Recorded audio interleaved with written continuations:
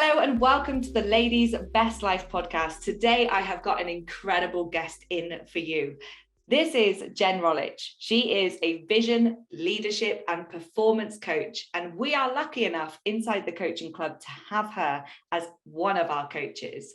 Jen has been working with us for a number of months and has been in the industry for years. Jen, welcome to the podcast. Thank you so much for having me. This is my first ever podcast, believe it or not. So exciting, terrified, but exciting. Well, it's an honor anyway, but even more so now. We're taking your podcast virginity, which is absolutely fantastic. Love it. So we just spoke briefly and you said that there is technically no such thing as a vision coach. So tell me a little bit more about that. Tell me how you have kind of taken the claim to that.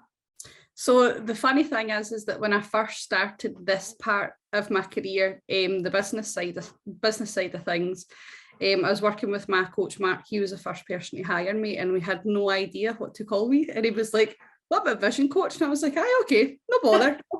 I'll be a vision coach." So I think vision is a key fundamental of all coaching. No matter what type of coaching you do, vision should always be a part of it, because it gets people hooked on why and the direction. So I specialise in brain-based coaching, so a lot of stuff around performance, and my whole career has been quite leadership focused. So I apply a lot of neuro leadership principles to the type of coaching that I do, because a lot of the time people think that you have to be a boss or a manager to be a leader, and that is not true. So they're the things I specialise in, mostly because they're the things that I enjoy the most and that I find the most fascinating. But all different coaches have all different specialisms, but the mark of a good coach is that they are able to coach you on anything. So if you came to me lost and wanting to repair your life, or you work for NASA and you're trying to build a rocket ship, I should be able to coach you towards both outcomes, because coaching is all about how I hold space and help you to find what's already in your brain. So my type of coaching, there's no advice given unless it feels appropriate. I'm not a font of knowledge that's passing on my knowledge to you, because I promise you there ain't much knowledge up here. But it's all about supporting you to find what's already in your brain. So your brain that contains a problem also contains a solution, and it's my job to help you find that, basically. Oh, and that is so powerful. And I know, having worked with you personally, that yes, 100% you do that, and you did get me to the solution that was already in my brain.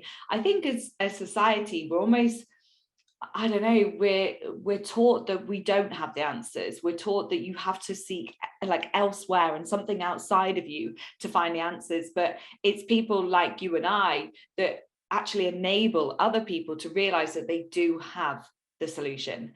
So I want to go right back. I think it's a really important thing for people to understand and to see where you've come from, to understand more about your past. And if we need to do a part 2 of this podcast, we absolutely will. We definitely will. We definitely will. Part 65, they're still going strong. So yeah, let's zoom out a little bit and be like, so Jen, how the hell did we get here? I'm still asking myself that question, to be honest. So I suppose, so the funny thing about me is that my whole life, I was training to be either a music teacher or be in an orchestra. So music still is a huge part of my life, but music was my whole entire life, from about the age of 9 right up until the age of 18.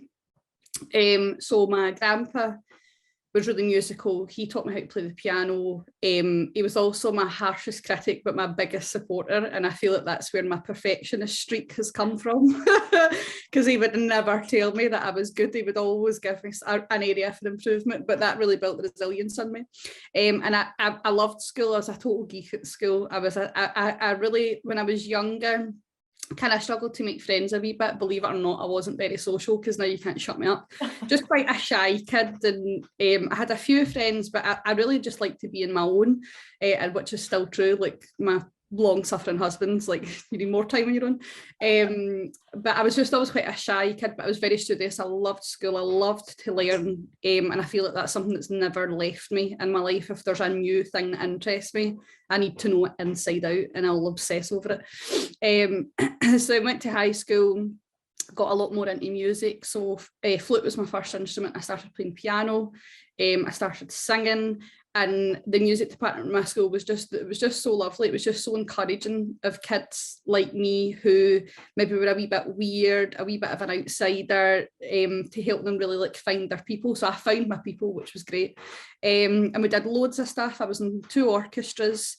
I did really, really well, and I was all prepped to go to, it used to be called RSAMD, the Royal Scottish Academy of Music and Drama. It's now the Conservatoire.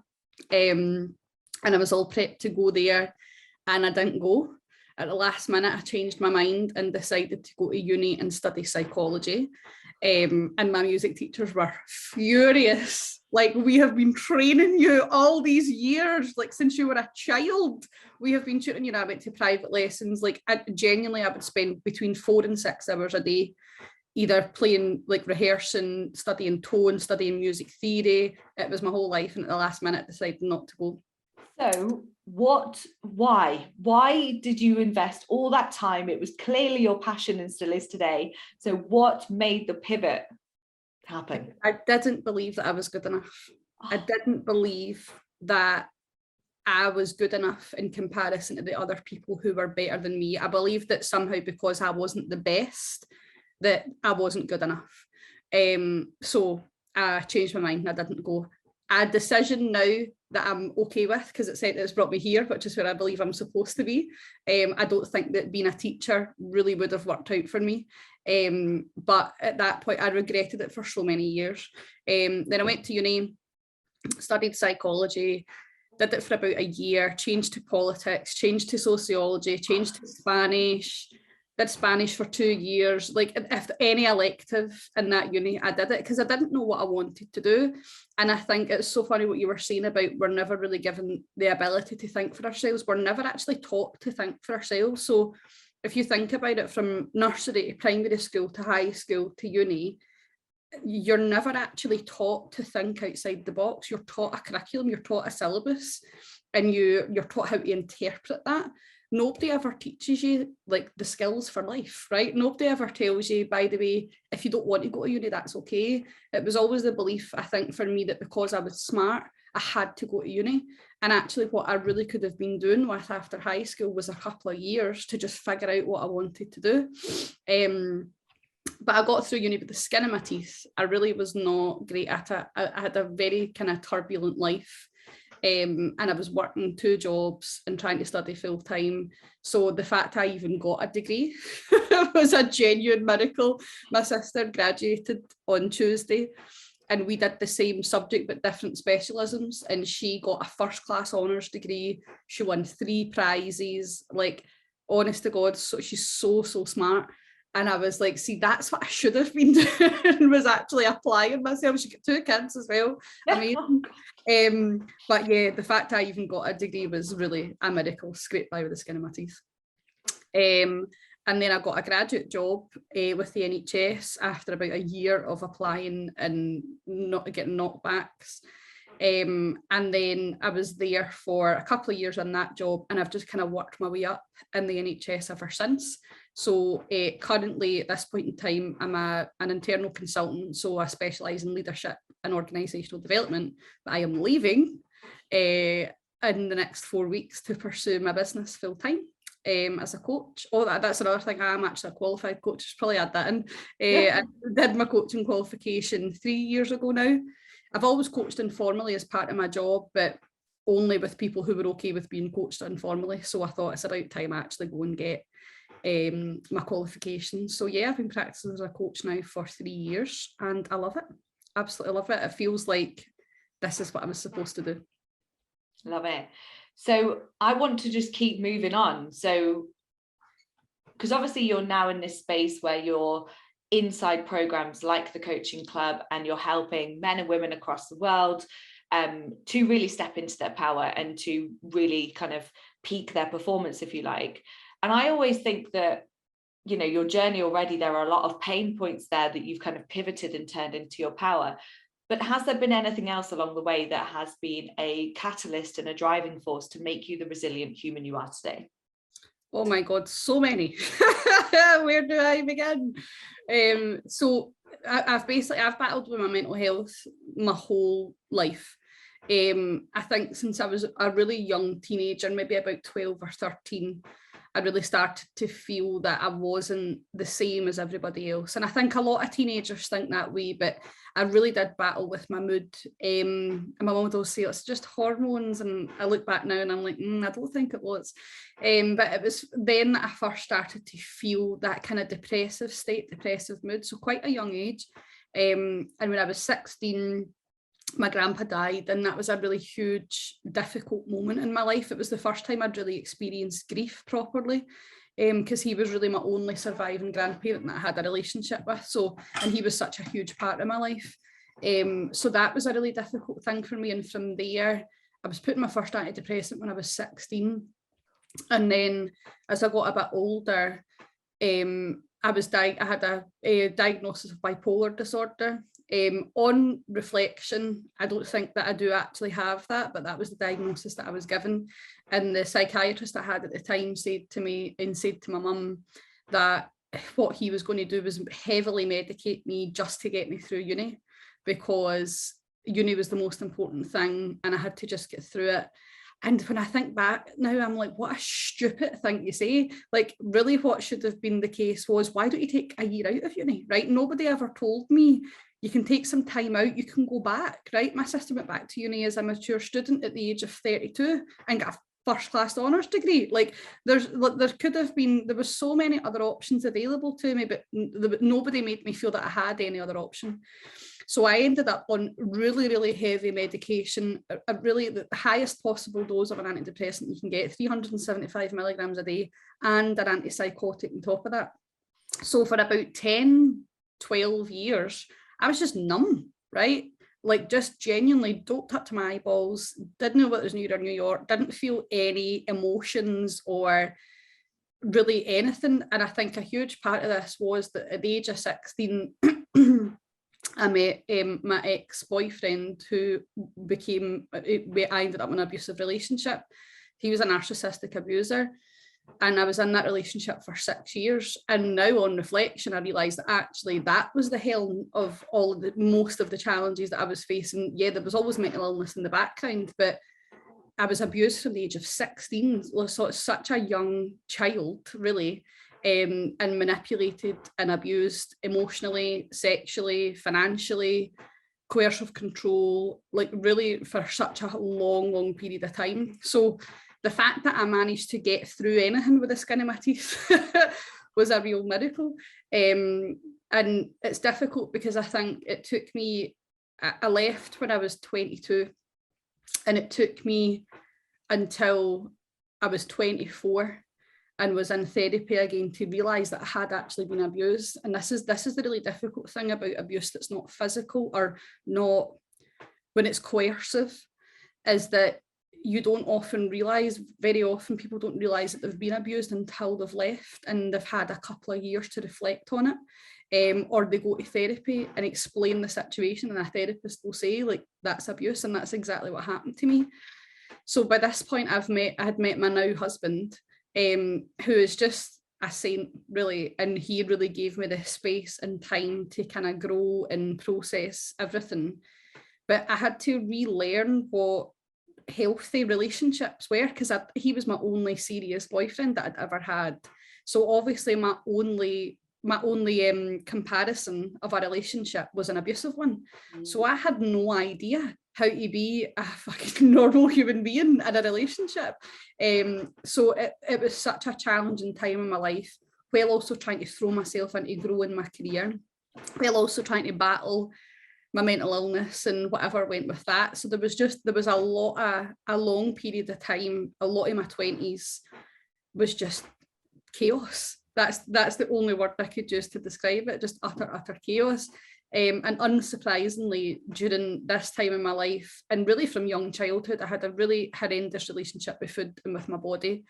And I think, like, growing up when we were younger, like, you remember the things that we seen in magazines where size 8 celebrities on the beach with their cellulite zoomed in. Like, we looked up to Nicole Richie, Paris Hilton, Lindsay Lohan, like women who all had eating disorders that were skeletons. And I've always been, all the women in my family are curvy. We've all got big boobs, big hips, big thighs. And no matter how thin I was, no matter how many times I starved myself, I was never getting rid of the things that I have naturally. But I grew up hating my body so much, and detesting it and trying to change it. And then obviously food became a big coping mechanism for me in my abusive relationship. Food was really the only thing that I could find comfort in. Then I was, you know, basically verbally abused for my size and my relationship with food and all that kind of thing. So it took me until about the age of, I think, 26, and I have done every diet in the book, right? See if you have heard of a diet. I assure you I have done it. There is not a diet out there I have not tried, right? I've done keto, military diet, Weight Watchers, Slimming World. I've done the Quaver diet, which my best friend invented, which is just you eat 3 bags of Quavers a day and nothing else. The Special K diet, the one where you eat 2 bowls of Special K and a healthy dinner. There is no, I swear to God, the Living, what's the one, the Living Forever one where you drink aloe vera juice, I've done that, Juice Plus, Herbalife. Cambridge, there is not a diet I have not done. So it took me until about the age of 26 when me and my husband got engaged, and I was like, right, enough's enough. I need to lose weight for this wedding. And then I found Mark. So me and Mark are from the same area, and I had seen other people who had worked with him on, he was still a PT in the gym floor at this time, and I'd seen other people that worked with him, and we laugh so much about this now. But when I first seen him on Instagram, I was like, nah, he's not for me. I was like, nah, no my cup of tea. I don't like all that. Because I think this was back when the targeted messaging of PTs was very much like, deal with your problems. It was a wee bit less empathetic than it is now, I'll say. It was all very much like, get yourself together and just do it. But I think the reason that it triggered me so much is because he was speaking to people exactly like me. So I started working with Mark when I was, I think, 26 or 27. And I've been there ever since. And it's genuinely changed my life. And I think that's what's really drawn me to work within holistic coaching programs, is because for the first time ever, somebody seen me as my whole person and not just somebody that was there to lose weight. It took the time to understand why I was the way I was and help me to understand why I was the way I was, so that I could change my relationship with food and not just focus on how I got the weight off. And so you said earlier that you heavily relied on the comfort of food when you were in the abusive relationship. At the time, did you realize you were comfort eating? I don't know. I think the funny thing is that one of the very few things that could sort of placate my abuser was food. So very often, if there were times where things were difficult, he wasn't speaking to me, he was icing me out, whatever it may be, or we were going through a difficult time, making him food that he really liked and enjoyed was one of the very few activities that we shared together that was enjoyable. So I very quickly learned that if I make food that he likes and he enjoys, we have a nice moment together and I get a bit of peace amongst this chaos, because obviously at this point in time, I don't know I'm being abused. I just assume that this is what relationships are supposed to be like because I've got no benchmark. I know there's something wrong because I'm too ashamed to speak to anybody about what's going on. So the only stuff that people know is what they witness. But then obviously that's where binge eating started for me. But a lot of the time I had friends too who weren't in abusive relationships that were also binge eaters. And I think a huge part of that has been the culture that we've grown up in that's so focused on restricting yourself. And when the focus is primarily restricting yourself, we all know restrict and binge go hand in hand. One does not exist without the other. So I was with people who would binge eat with me. We didn't know that we were binge eating. And then that was just something that became that constant comfort to me. However, there were times where he would berate me for eating and berate me for my size, even though it was sometimes the thing that was one of the only nice things that we shared together. So I think at the time, I didn't know what I was feeling. And I think the medication definitely had a lot to do with that, because it was just a constant state of overwhelm. I was constantly in my fight, flight or freeze. Like my amygdala response must have been flashing like a bloody Christmas tree, because I was just always waiting for something bad to happen. So turning to the food for comfort. But then I used to just think that I was greedy. Like, you're just greedy, you're just fat, like this is just because you're a bad person. Like, it was never from a place of understanding why. It was more just, you can't control yourself, that's what this problem is. It was always me that was the problem, and bullying myself into believing that I was the problem. Yeah, because that's what I was digging at there. So the question I wrote down was, did you realize that food was your comfort, or what was the reason that you told yourself? So basically, because you'd built up this poor relationship with yourself, being abused. And it's so interesting that you highlight the point that you were too ashamed to talk about it, you know, because that is like, for people who are listening who may be in a similar situation, or there's just a scenario or situation in life that could be not to do with like domestic abuse, but it's more to do with something else. If you're ashamed to speak about it, that's a true indication of almost like your intuition is talking at you, isn't it? Yeah, absolutely. And the thing is that I knew that it wasn't right. I knew that there was something wrong, but I was so terrified of what would happen if I told people, because I think the minute I told people, then that almost made it real. It's like the minute you say it out loud, you have to face it.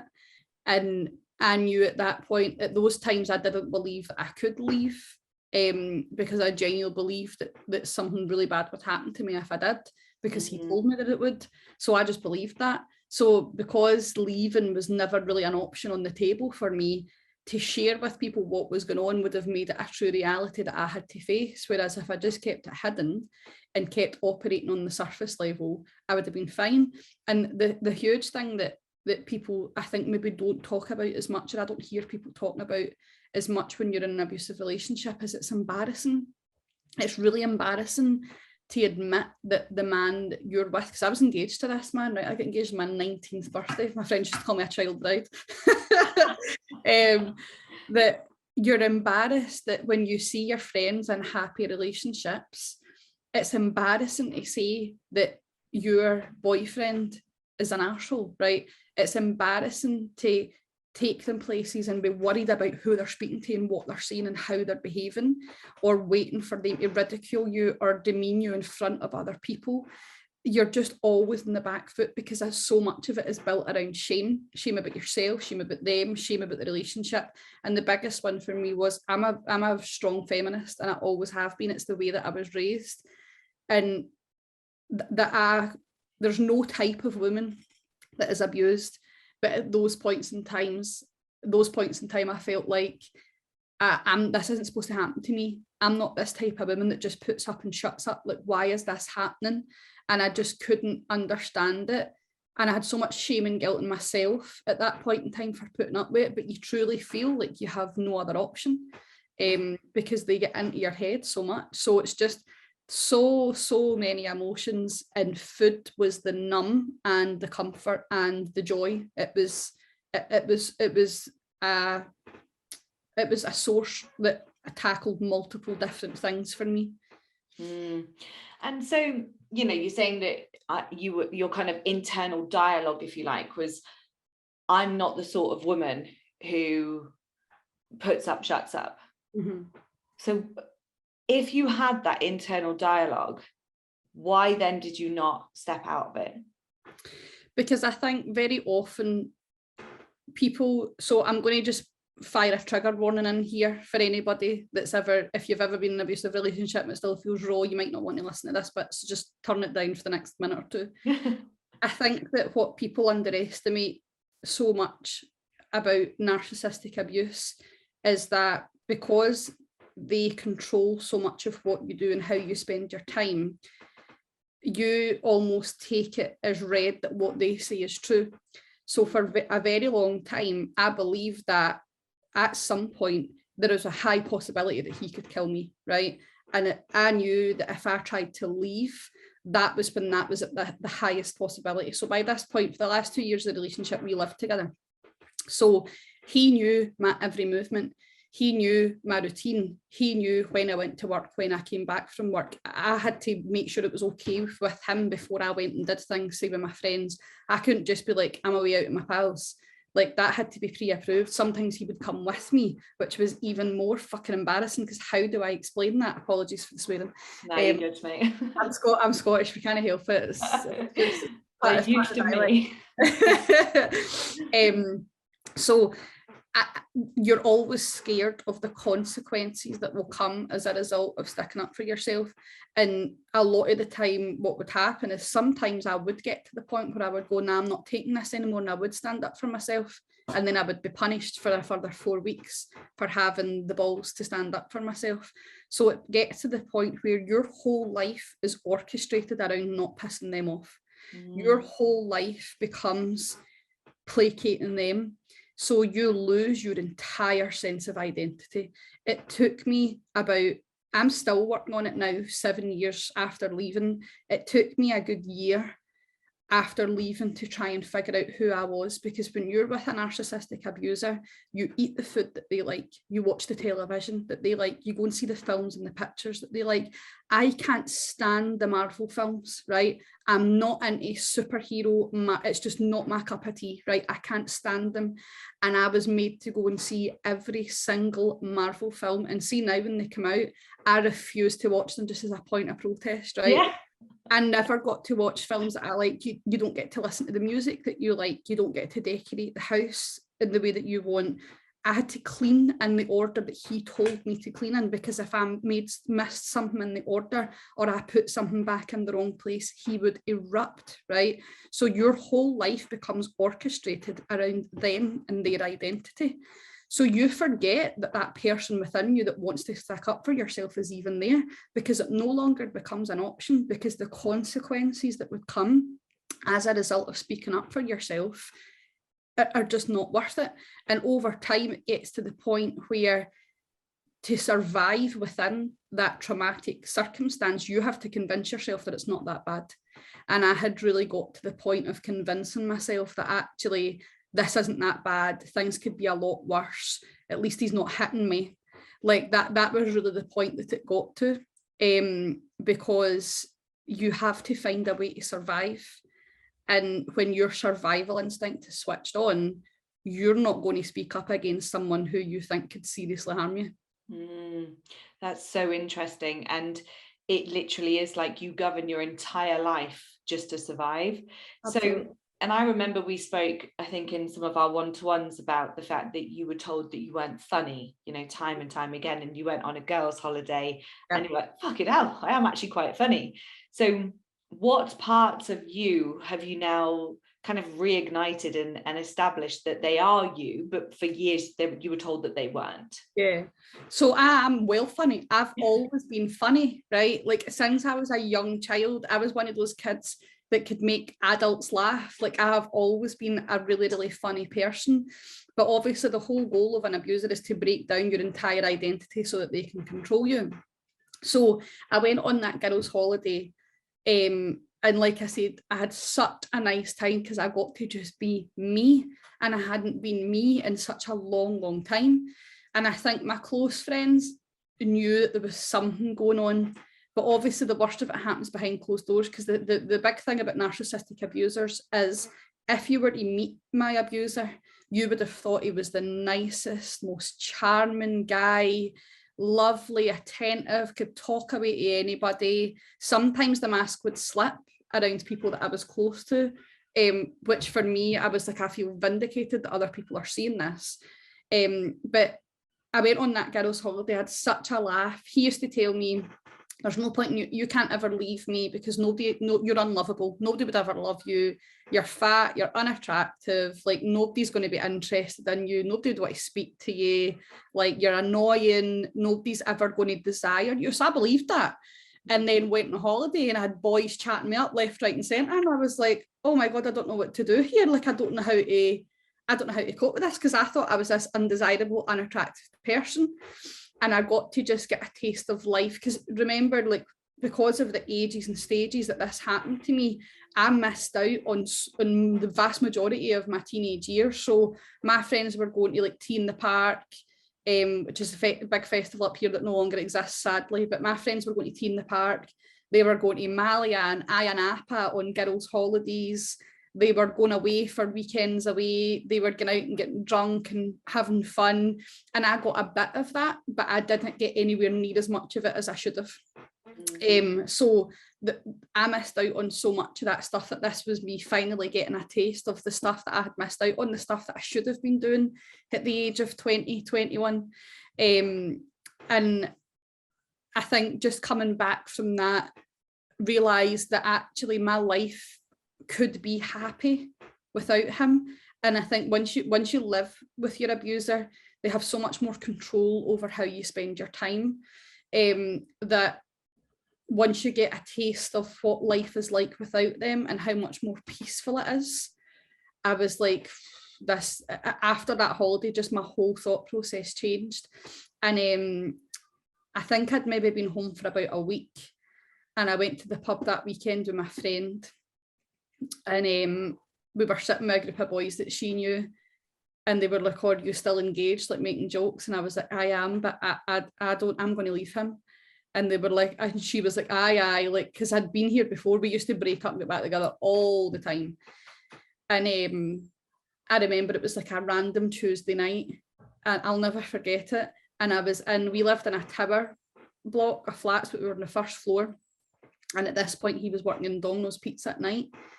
And he left that night, and my best friend Angela phoned me. And it's so funny how instinct works. Like I'm obsessed with talking about instinct, but it's so funny how gut instinct works, because she phoned me and she was like, "I don't know what I'm phoning you for, but I just get this thing in my head that I need to speak to you." And I was like, "Angela, I'm going to leave him. I'm packing my bags." And she was like, "Oh my God." And she said to me, she was like, "I have been waiting to hear those words come out your mouth for the last 6 years. Or 4 years by this point, because I didn't know her when I met him."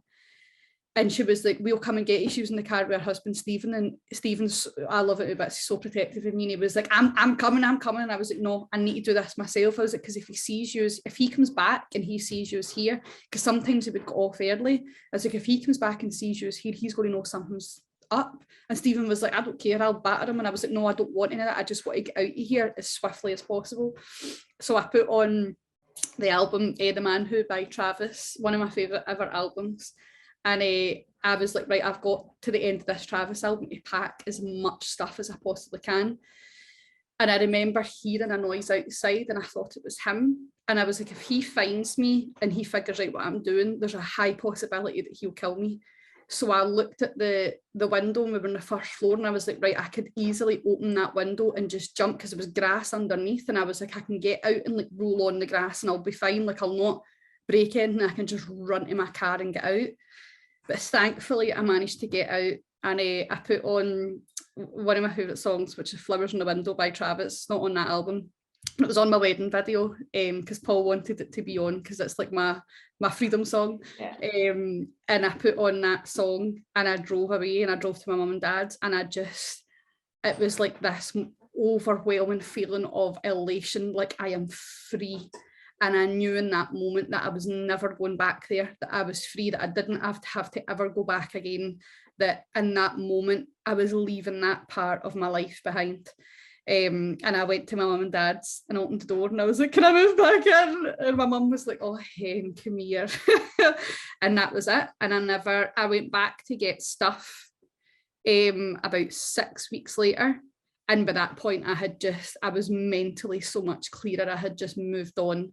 And he just looked like a sad little boy at that point. But yeah, and it genuinely and it was at that point that I never looked back. Isn't it mad how you can cope, deal, mold like a chameleon and all those things, and then you get that one fucking moment and you're like, I'm done. Yeah. So hearing you, like, oh my God, I had goosebumps so much there, the eyes were watering.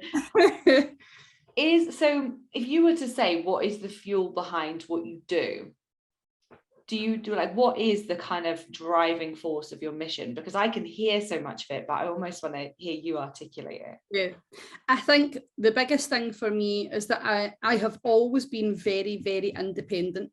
So I've always, and it's something, sometimes I'm too independent and I need to create a wee bit more dependence with people in my life. I can hear my husband down the stairs probably laughing, being like, yeah, we know. But I think the biggest thing for me was that for a long time, I was a bit of a lone wolf. I had to be to survive. But actually, along the way, there were so many people who were so instrumental in helping me to change my life. And their only intention in those times that they were helping me was for me to get some sort of healing, for me to get better. So like the women, I used to sit as a board member for Glasgow East Women's Aid, and Women's Aid were so instrumental in supporting me at a time of not really knowing what had happened to me and being scared and not really knowing what my path forward was, and just really validating me and the experience that I'd had. My mentor, Sharon at work, who was my first boss, and we still speak today, such an incredible, resilient woman who believed in me when I didn't believe in myself. Mark, my coach, who seen me as this person who was just, if you ask him, I was like just a ball of emotion, guiding me through it. My husband, who genuinely healed me. Like I can't explain to you how turbulent our relationship was in the early days, and he stuck by me through every difficulty and still does. And I think the big thing that I suppose a lot of people don't realise is that leaving is only the first step to healing. I've been free for over 7 years now, and I'm still in therapy talking about it. I'm still living with the after effects of trauma. I'm still repairing my relationship with food. And I think the journey for me will be never ending. Everybody's journey is never ending. There's no end point. But the biggest driving force behind everything that I've always done has always been that I want to change people's lives for the better. And that I've been able to do that through so many different areas in my life. But being able to do this on the scale that I'm able to do it, I think a lot of the time people think that I come into this profession because of my own personal experience, and that's not the case. It's part of it, but this is my profession and has been for a very long time, and this is only the next part of my career journey. But I think having this business and getting to work with people who maybe come into a program not really understanding why they're there. So they'll come in and they think, I just want to lose weight. I've never been able to lose weight, and I hate my body, and I just want to get to an end goal of weight loss.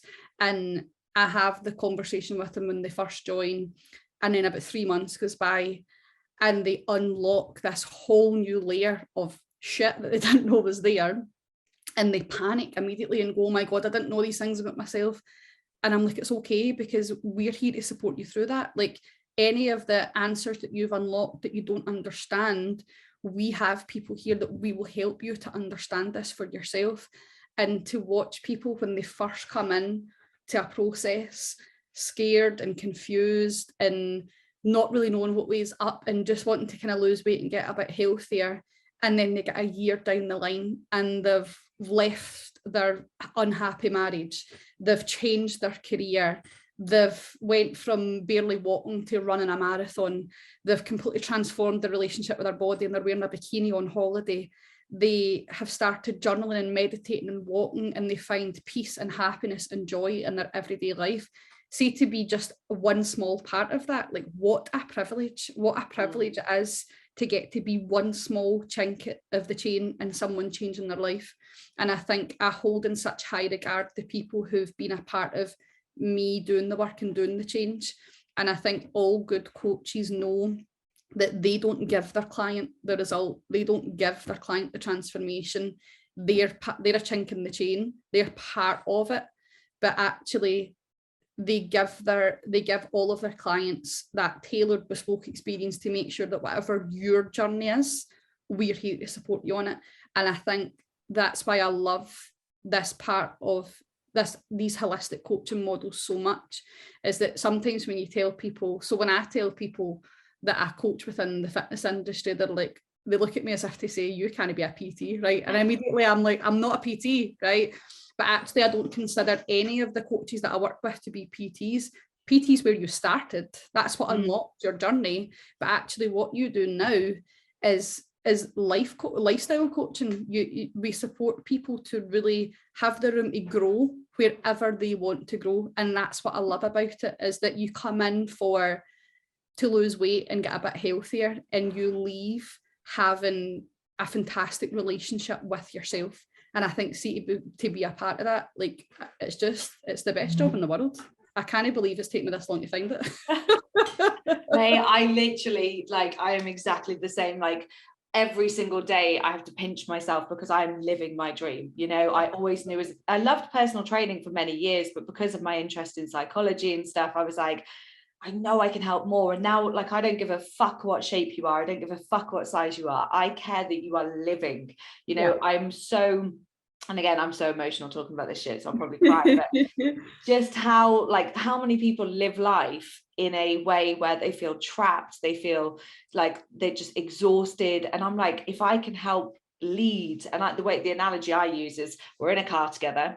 I've got a little like roadmap and a few different routes that we could go, and you're driving, and I'm just going to sit here and be like, you tell me where you want to go, and we'll try and figure it out along the way, you know. Absolutely. I'm not the one driving. So the final question, and we will have to get you back because there is so much on my piece of paper. So how can people, and I'm not just necessarily talking about someone who's in an abusive relationship, but say if someone is sat here listening to this podcast or walking along and they're like, oh, I'm so overwhelmed, underfulfilled, I feel lost, I don't know who I am, I'm watching all the films that my children want to watch, and all these things where they just feel like they've lost themselves. What is the gate to just start to move forwards? Because that's the fucking hardest bit, isn't it?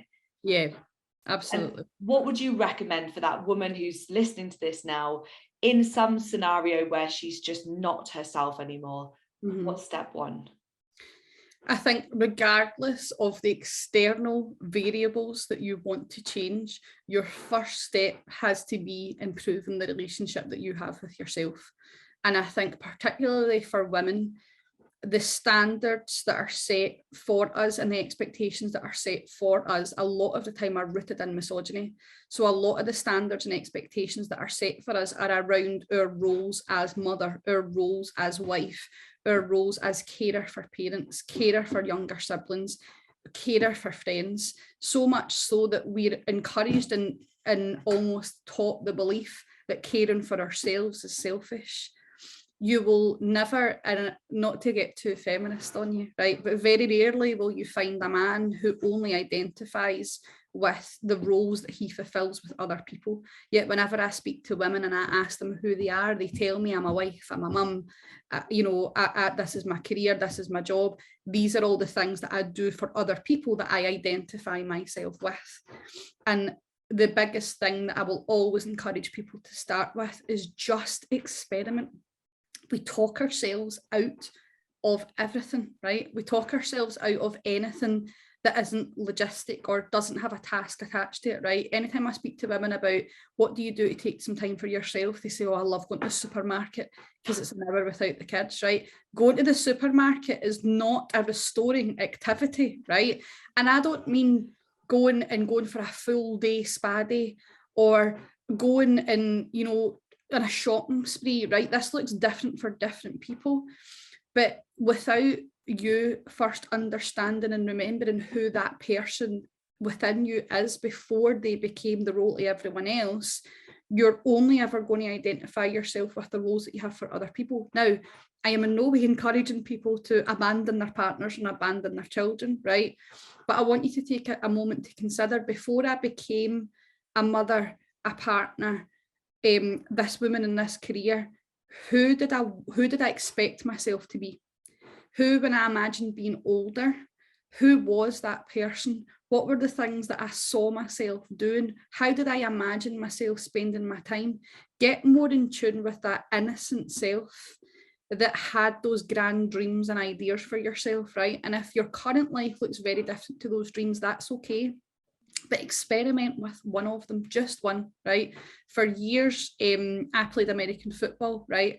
And I absolutely loved it. And had you gone back and told me at the age of 16, 17, you would one day play American football, I would scoff at you, right? And I don't play it now because I get injured every season. And my husband said to me, I can't nurse you through another injury, stop playing it.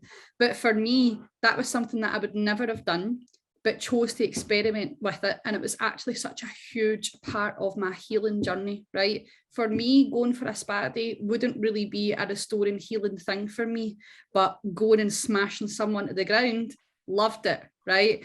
But had I not given myself the ability to just experiment with these things, I would never have discovered it, right? Stop telling yourself that you can't, or that you shouldn't, or that there's something else to do. All of those other things will come. All of those other things can wait. Your relationship with yourself is the core of your relationships with others. So to maintain those relationships that you have, to be a brilliant partner, a brilliant mum, brilliant at your job, the relationship with you is where that all starts, because that is the most important relationship you will ever have. So go and experiment, have a bit of fun, have a bit of freedom, go and try something that you would never have tried before. And once you start to see the impact that improving the relationship with yourself has on all of the other aspects of your life, you will guard it and protect it with everything that you have. So just try one thing, just experiment, see how you go on. Oh, that is so powerful. And I can say firsthand, that's exactly what I did when I was in the situation I was in, which was just a relationship that I'd outgrown. You know, there was nothing inherently wrong, but I just wasn't happy. And I dipped one toe out of that kind of comfort circle. And I was like, oh, that feels quite nice. And then I was like, oh, I'm just going to try do like a Ibiza for a week on my own. Oh, that feels quite nice. And it's just allowing yourself to explore, knowing that, you know, people be like, oh, what if I fail? Well, you know, there are so many, you're already failing if you're in a position where you're unhappy, first and foremost. But secondly, technically what is failure? And it's one of those things, again, that we learn as children, is failure is bad, because we're going against the status quo of life. We're learning everything to a curriculum, and it's absolutely, it's mad how liberating and freeing you feel when you start to express that. So absolutely. Jen, we are going to get you back ASAP Rocky. There is so much more to unpack, but for now, where can our lovely listeners find you to absorb more of your wisdom, and if they did want to reach out and potentially work with you?